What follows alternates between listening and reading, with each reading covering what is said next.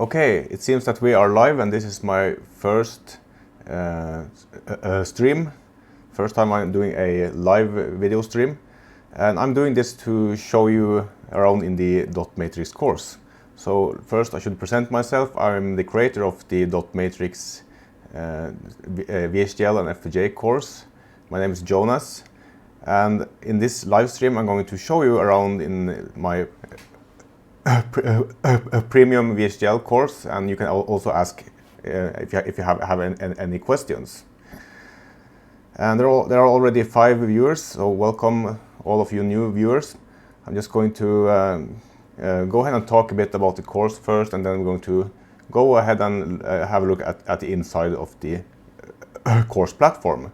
So my premium VHDL course is I think 126 lectures long. It's divided over 17 sections, and I already have some free resources, a free course on my website, and I created them to and I created this premium course because I wanted to have a course for intermediate level students, so I can teach you what I know and hopefully bring you to the advanced level of VHDL.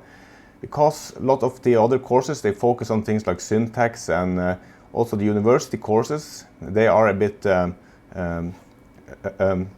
also a bit focused on teaching you yeah, I have a stutter sometimes, just ignore it. On teaching you basic concepts, but they don't really show you how it's done in the industry. And I have also years of experience from the FPGA industry, and I want to show you how VHDL is developed in the industry, and that's what this course is for. It's going to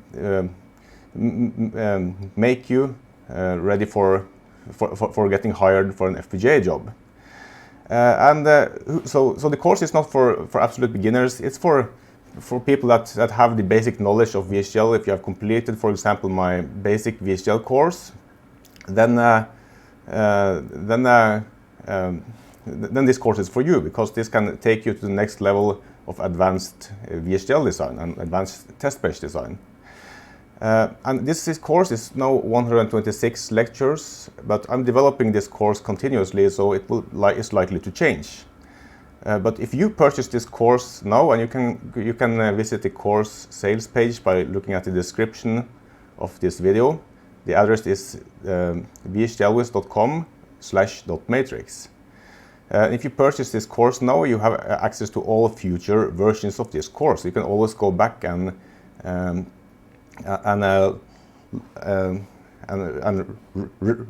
refer to the lectures in the future. Okay, so let's go on to look inside of the course website. Hello, Bas Karan. Thank you a lot. Hi, Dimitri. You have a question? Yeah, okay. So you have a question about if SHA-256, the hashing algorithm, can be implemented in FPGA and used to mine bitcoins. Yes, it can, but in this live stream I'm going to talk about the inside of my course. So I'm maybe making another live stream some other time to talk about specific problems.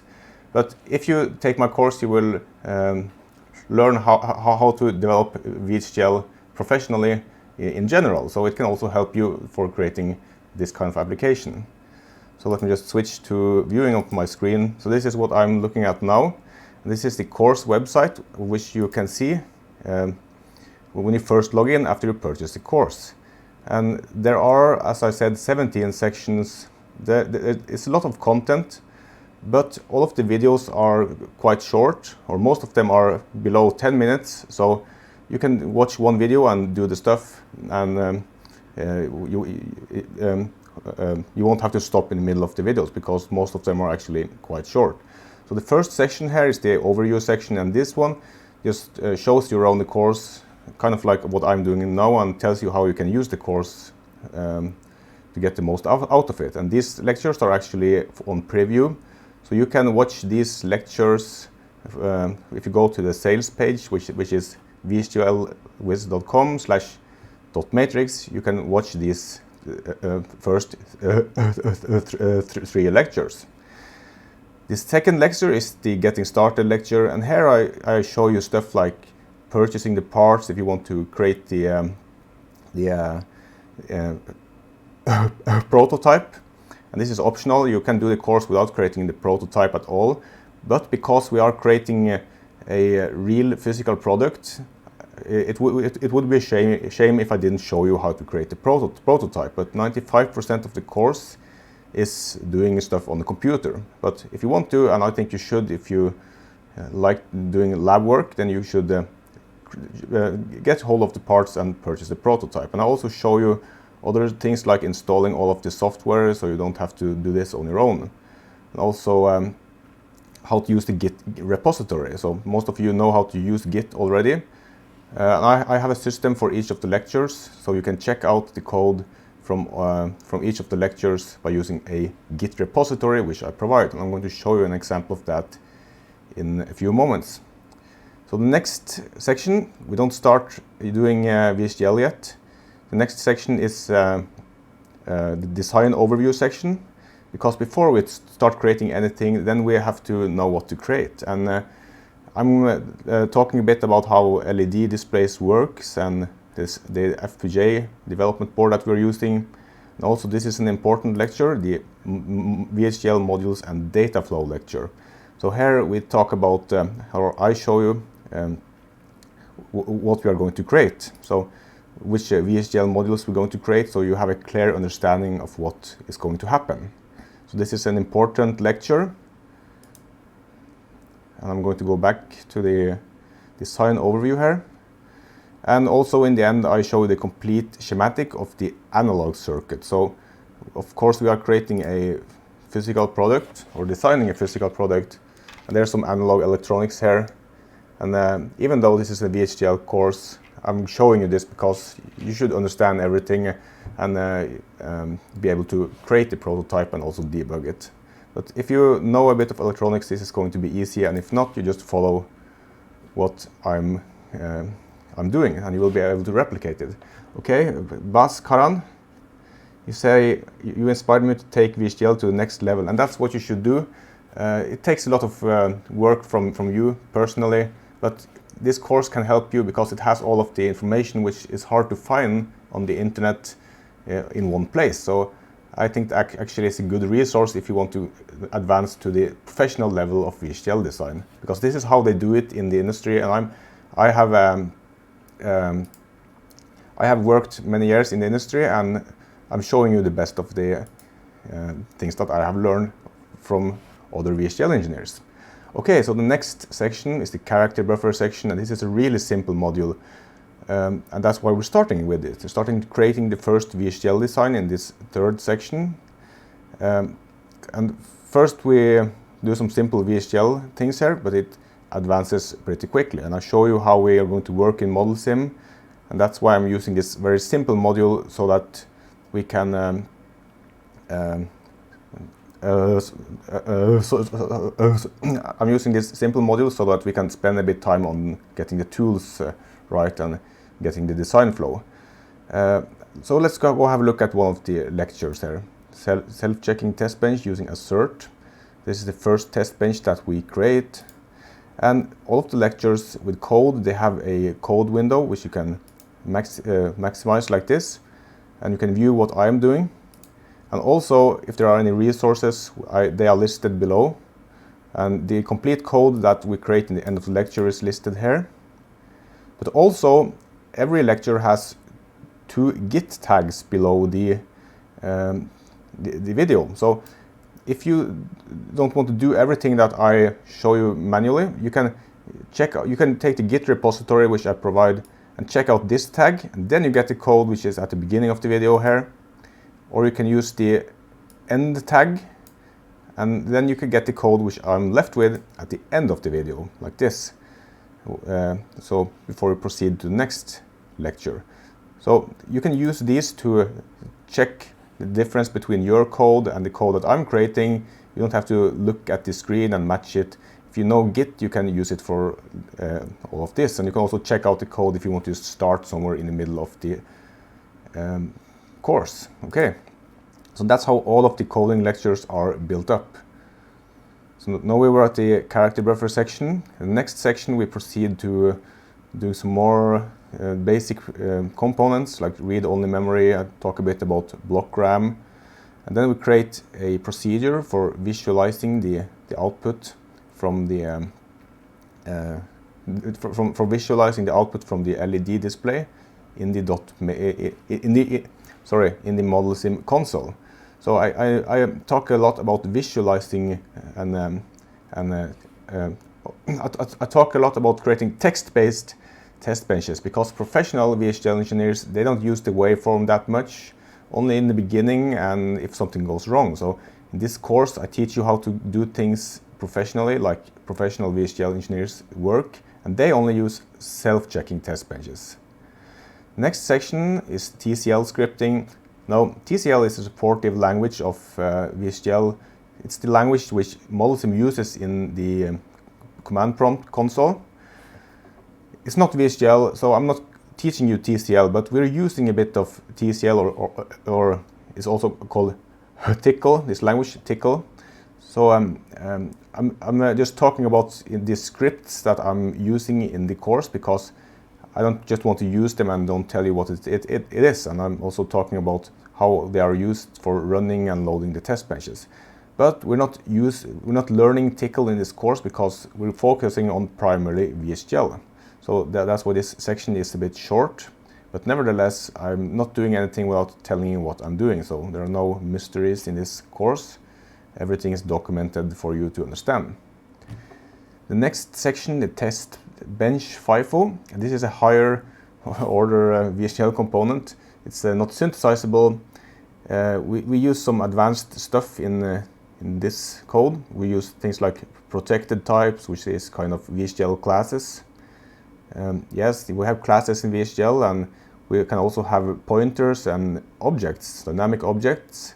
And these are the record and access types. We use them, and we create a FIFO for use in the test bench, which we can use with a push and pop and peek and empty function calls on an object of this type. So this is advanced VHDL, and not many VHDL engineers actually use this, but I think that's a pity, because VHDL is also an object-oriented language, and we're going to use this test bench FIFO later in the course. So this is already getting advanced, but you will be able to follow everything I do and replicate this easily.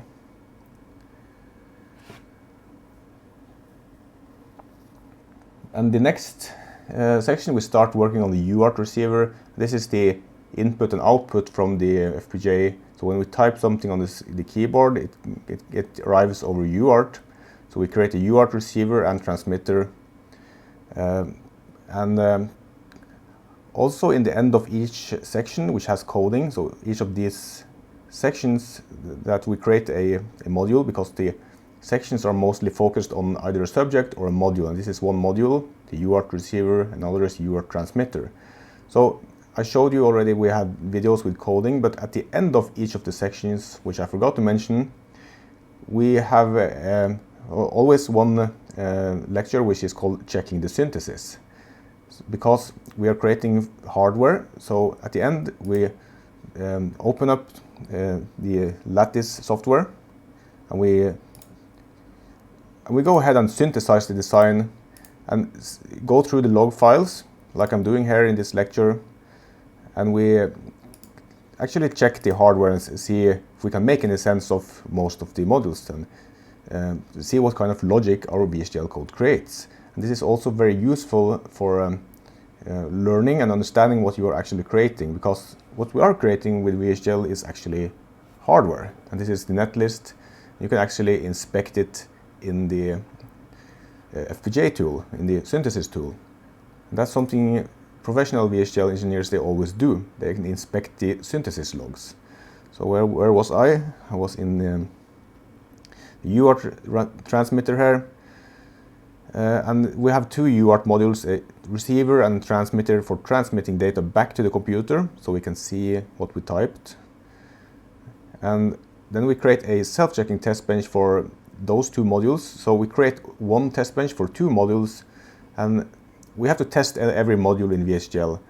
That's just how it is, otherwise it doesn't work. But I'm showing you how you can get away with testing as little as possible. And in this case, we can test both the UART receiver and the transmitter in the same test bench. And we're saving a lot of time by doing this. Next is a section named the reset, and this is because in FPGAs, reset is an important subject. We create a dedicated module inside of our design for resetting the FPGA, so that when the FPGA powers up, this module will reset the device. And also we create a test bench for this one because we always have to have a test bench. So this is a rather easy module, but it's also a necessary and important subject.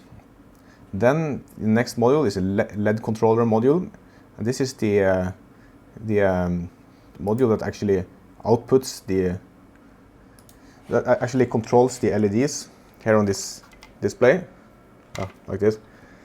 So it actually controls the rows, the columns and the rows, and you would see that this LED controller module is actually a rather simple module. But the test bench for it is a bit complicated, because how do you test if that module is working correctly? Well, we have to kind of create a model of the LED display. And that's what we are doing inside of the self-checking test bench for the LED controller. And it gets a bit complicated, this module, but we don't want to lose control of our design.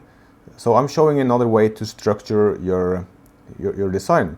I'm creating a verification component, and you are also going to create a verification component if you follow this course. And that's something we'll focus on in the next section. This entire section is about the verification component, because we factor out the logic for checking the LED controller module into a separate component. And this is a component that is only used in the test bench. So verification components, they can be used for dividing your code into multiple files so that the test bench doesn't become large, but also for code reuse, because this checking of the LED controller component, we're going to do that two places in the design. We're going to do that in the test bench for the LED controller module, but also in the top level test bench later, and then we can reuse this code. So creating the top level test bench for this design could be a bit difficult if you just wanted to create a top level test bench, but if we have all of these components like the LED controller verification component and the test bench FIFO, which I talked about earlier, then you will see that it's actually quite easy, because we're reusing the code in several test benches. Then we go on to create a top-level structural module, and this module is the module that goes onto the FPGA and connects to all of the FPGA pins and contains all of the other modules inside of it. And this module doesn't contain any code at all. It's only contains the routing between the other modules.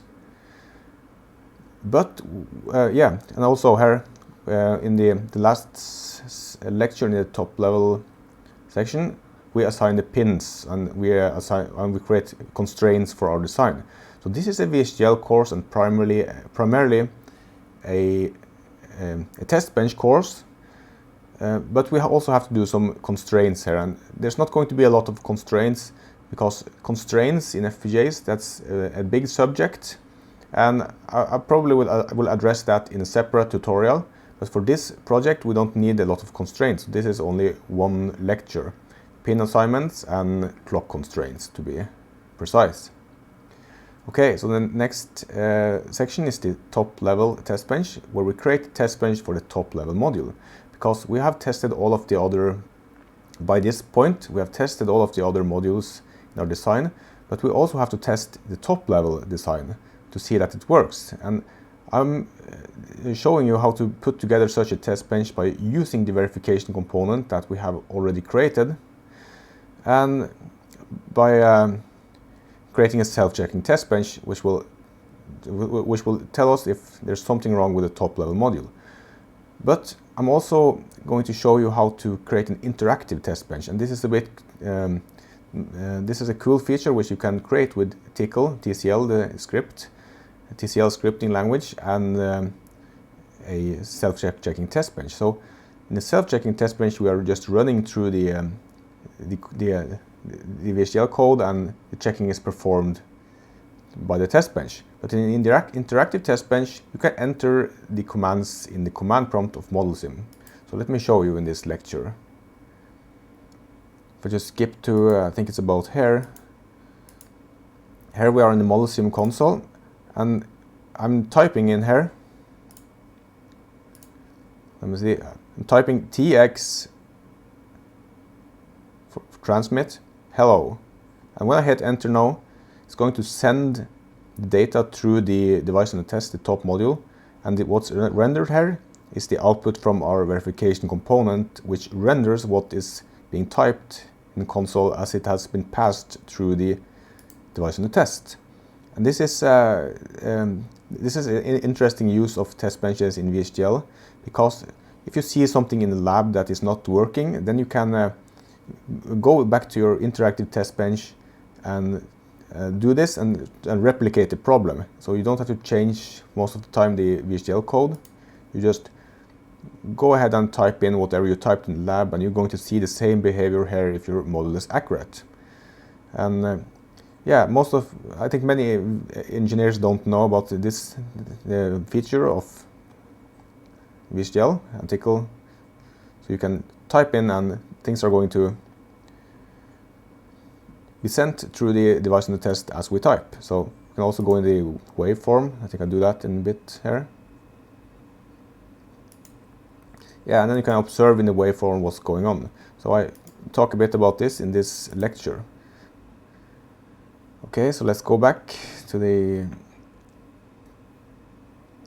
plan of all the lectures. That was the final lecture about the VHDL code. But then the next lecture we go on to construct the prototype. And you don't have to construct the prototype if you don't want to, but I'm showing you this because we are creating a physical product, and you should be able to replicate it. And it's good to get your hands dirty, as I used to say, because sometimes you have to go into the lab and understand what's going on, and it's also good for your self-esteem to see that you are creating something that's actually real. It's not just code. We can go have a look at one of these lectures, like this one, testing this circuit. Yeah, here I have built the circuit, the breadboard, and I'm showing you how to just verify that it's working before we go ahead and power off on the FPGA. And it's easy to create the breadboard because I have this this very precise model. Actually, the layout is in the Fritzing program. So the layout of this FPGA board that I have built, that we're building in the course, you can zoom in on every detail, and it will be really easy for you to understand and build this to replicate my design. So let me see if I have some other view of it. No, I don't, but this is the actual breadboard that I have here. So all of the routing you saw, it's easy for you to see where it goes on the breadboard if you buy the same parts as I have.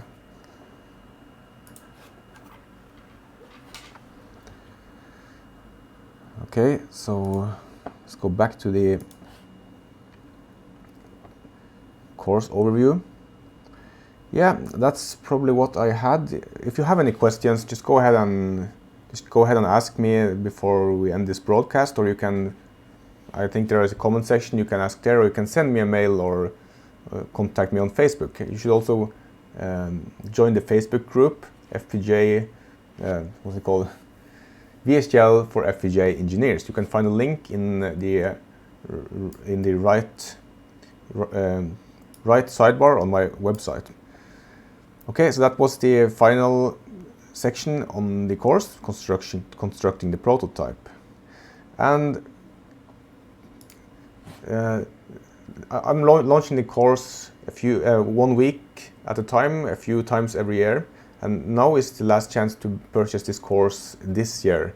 So I don't know when next time it's going to be. Perhaps I'll make some changes to the course or move it to a new platform, but if you buy the course or when you do it, you're going to have access to this version and all of the future versions of it. I'm saying you have access to it as long as it exists, and that's just because forever is kind of a vague term, but as long as I exist, then that's going to be a pretty long time. So you can go back and view all of the lectures over and over again. So go ahead and go to VHDLwhiz.com/.matrix to learn more about the course and enroll if you're interested. And the enrollment closes on Monday, 6 p.m. UTC time. So using that's British time. 6 p.m. British time on Monday. The enrollment closes for this time. Okay, I don't see any more questions, so thank you guys for watching. It's my first live stream, and went as expected. Cool. I hope to see you inside.